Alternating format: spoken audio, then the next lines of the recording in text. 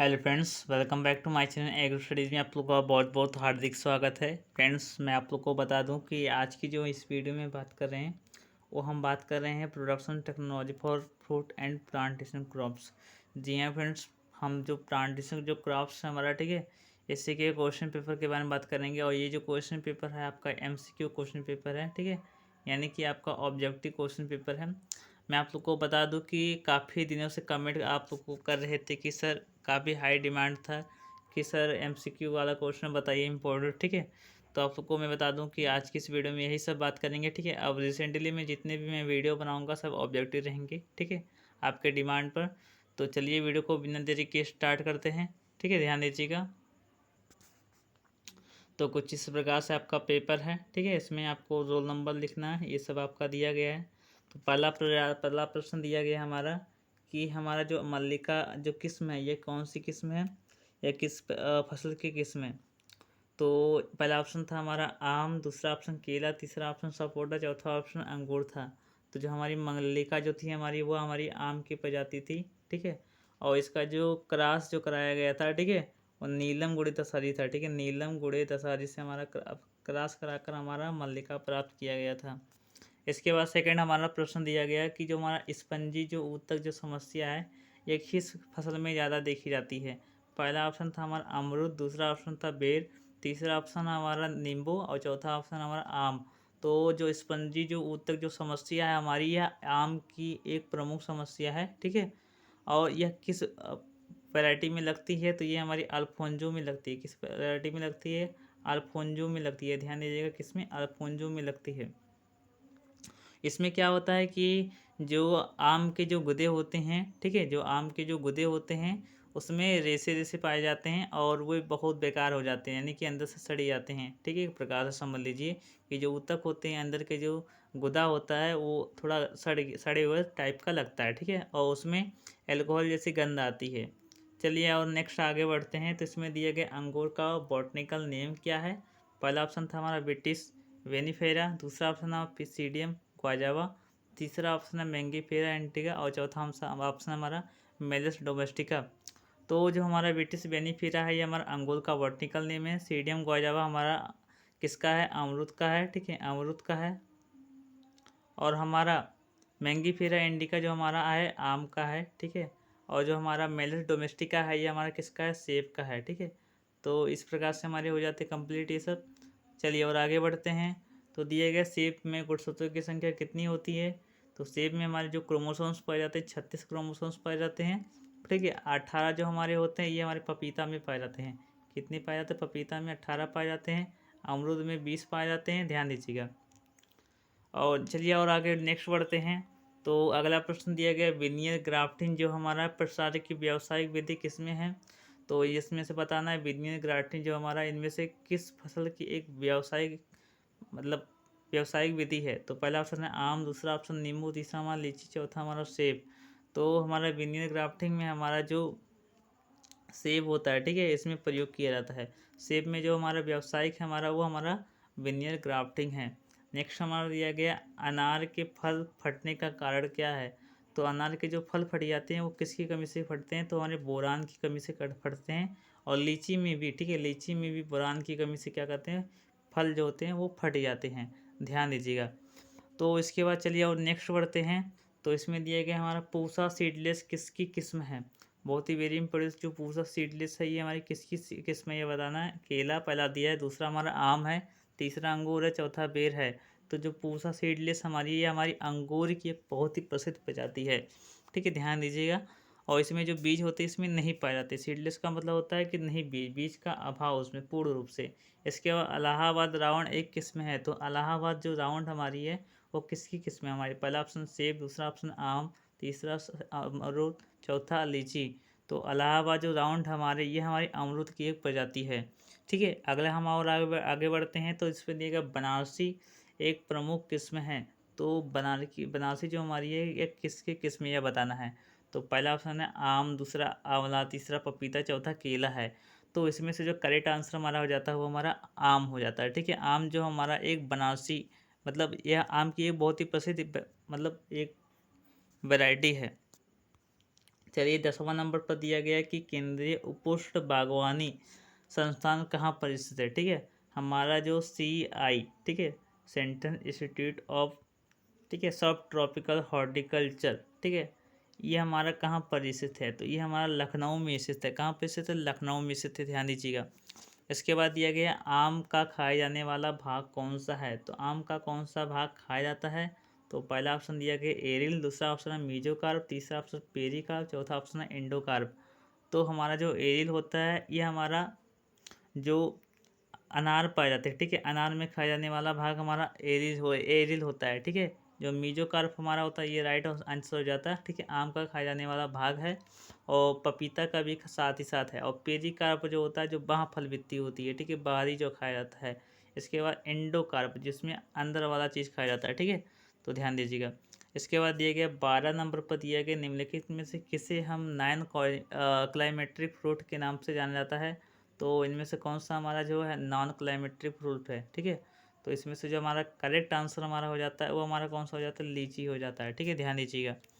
तो इसमें से जो लीची भी हमारा एक नॉन क्लाइमेट्रिक फ्रूट है, और इसमें से जो हमारा अमरूद है ये भी हमारा राइट आंसर हो जाता है। ठीक है, अमरूद भी हमारा नॉन क्लाइमेट्रिक फ्रूट ही है, लेकिन हमारा जो लीची है ये तो हमारे नॉन क्लाइमेट्रिक फ्रूट है ही। ठीक है, चलिए ध्यान दीजिएगा और आगे बढ़ते हैं। तो आम में मुख्य परागण एजेंट कौन सा है, तो मुख्य परागण जो एजेंट हमारा वह कौन सा है, पहला ऑप्शन है चींटी, दूसरा दीमक, तीसरा हमारा मक्खी, और चौथा हमारा है पतिंगा।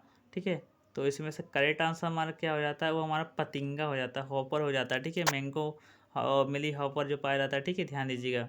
इसके बाद दिया गया 14 नंबर पर हमारा फल पकाने का हार्मोन कौन सा है, तो फल पकाने में कौन से हार्मोन का यूज किया जाता है ये बताना है। तो हमारा राइट आंसर क्या हो जाता है, हमारा एथिलीन हो जाता है। ठीक है, एथिलीन हमारा हो जाता है C2H4 हो जाता है। ठीक है, ध्यान दीजिएगा, C2H4 हो जाता है। ठीक है, ध्यान दीजिएगा। और यदि जड़ों के विकास में दिया जाए तो हम जिब्रेलिक एसिड का प्रयोग कर देते हैं। ठीक है, साइटोकाइनिन का भी प्रयोग कर सकते थे। ठीक है, और आक्जिन में हमारा जिससे हमारा फलों के नियंत्रण के लिए करते हैं। ठीक है, तो संतुलित रूप से बनाए रखने के लिए भी करते हैं, जैसे हमारे आक्जिन में हमारा NaA आ जाएगा, 2,4-D आ जाएगा। ठीक है, तो ये सब हमारे आ जाएंगे। चलिए और आगे बढ़ते हैं। तो इसके बाद 15 नंबर पर दिया गया है कि निम्नलिखित पादप वृद्धि नियामक नहीं है। ठीक है, तो इनमें से यह बताना है कि हमारा कौन सा प्लांट ग्रोथ रेगुलेटर नहीं है। ठीक है, तो इनमें से कौन सा हमारा राइट हो जाता है हमारा, ठीक है, वो बताना है। तो इसमें से करेक्ट आंसर हमारा क्या है, हमारा इसमें से जो करेक्ट आंसर हमारा है एसिटिक अम्ल है। ठीक है, जो हमारा एसिटिक अम्ल है ये हमारा वृद्धि नियामक नहीं है। ठीक है, यानी प्लांट ग्रोथ रेगुलेटर नहीं है। ठीक है, ध्यान दीजिएगा। इसके बाद दिया गया आंवला की प्रवर्धन विधि है, तो आंवला में प्रवर्धन की कौन सी विधि है, तो आंवला में जो प्रवर्धन की जो विधि की जाती है हमारी वो बीज होता है। ठीक है, बीज के द्वारा हम इसका प्रवर्धन करते हैं, प्रोपगेशन करते हैं। इसके बाद दिया गया 17 नंबर पर हमारा दिया गया निम्नलिखित में से कौन सा वृद्धि नियामक, ठीक है, वृद्धि नियामक तनक हार्मोन के रूप में जाना जाता है, तो वो हमारा होता है हमारा ऑक्जिन।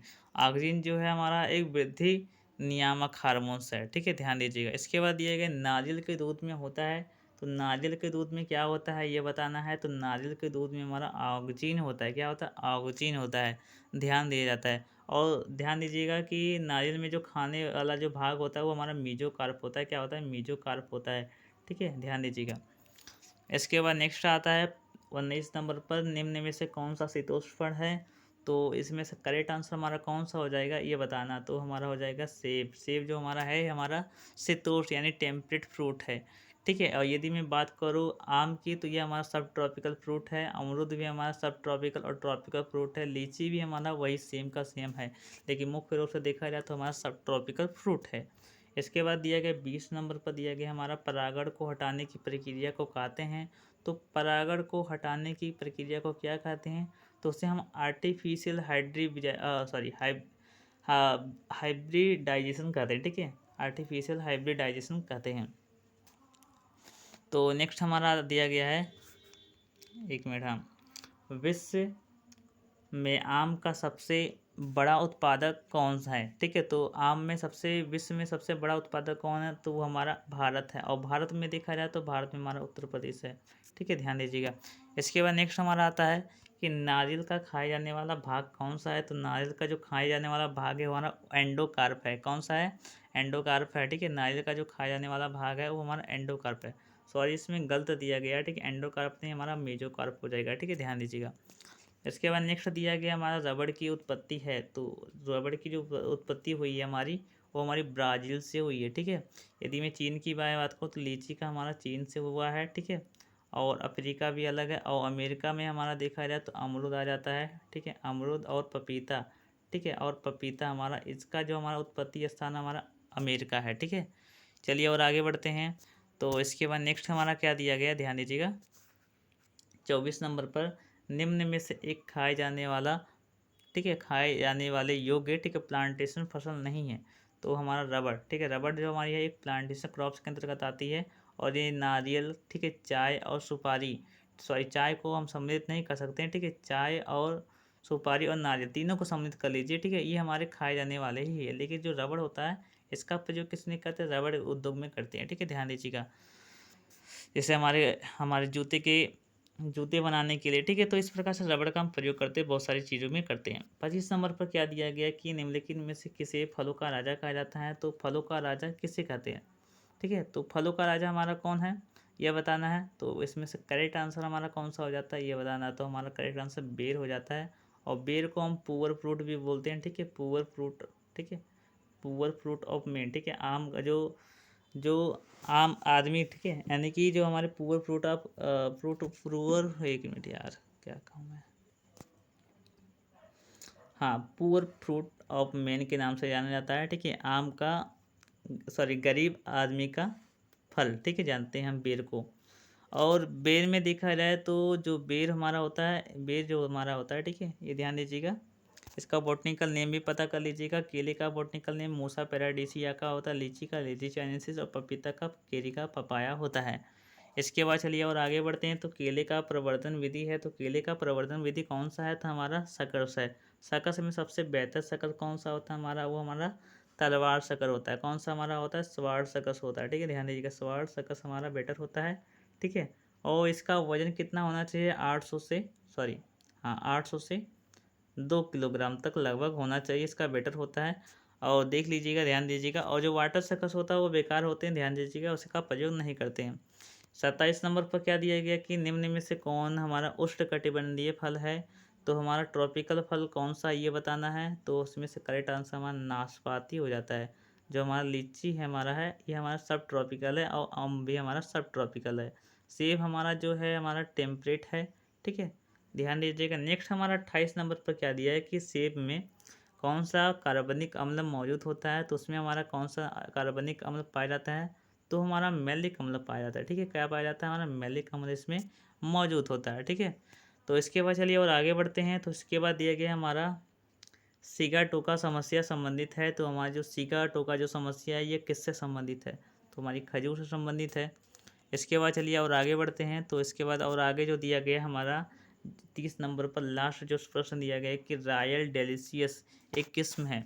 तो ये किसकी किस्म है यह बताना। तो हमारी एक सेब की किस्म है। यदि अमरूद होता तो अमरूद के स्थान पर क्या पूछ लेता, लखनऊ 49, ठीक है, लखनऊ 49 पूछ लेता, या फिर सरदार के नाम से भी इसे जानते हैं, ठीक है, ये पूछ सकता था, ठीक है, एग्जाम में बहुत ही बार आया है। तो इसके बाद तो कुछ इस प्रकार से, ठीक है। तो आज की इस वीडियो में बस इतना ही, और जल्द ही नई वीडियो में मिलते हैं। तब तक के लिए बहुत बहुत धन्यवाद। जय हिंद, जय भारत, धन्यवाद।